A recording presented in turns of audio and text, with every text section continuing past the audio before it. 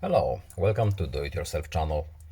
Today I will show you how to change vibrations to one specific contact in our Samsung Galaxy Z Fold5. To customize our ringtone, vibration in our ringtone, we need to first go to our phone book.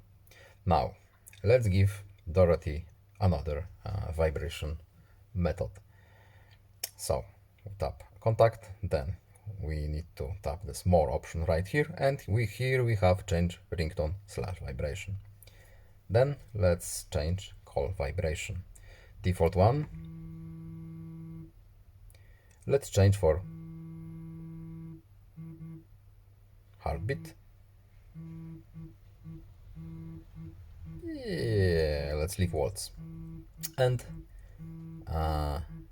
back out, and our vibration style is now changed to waltz.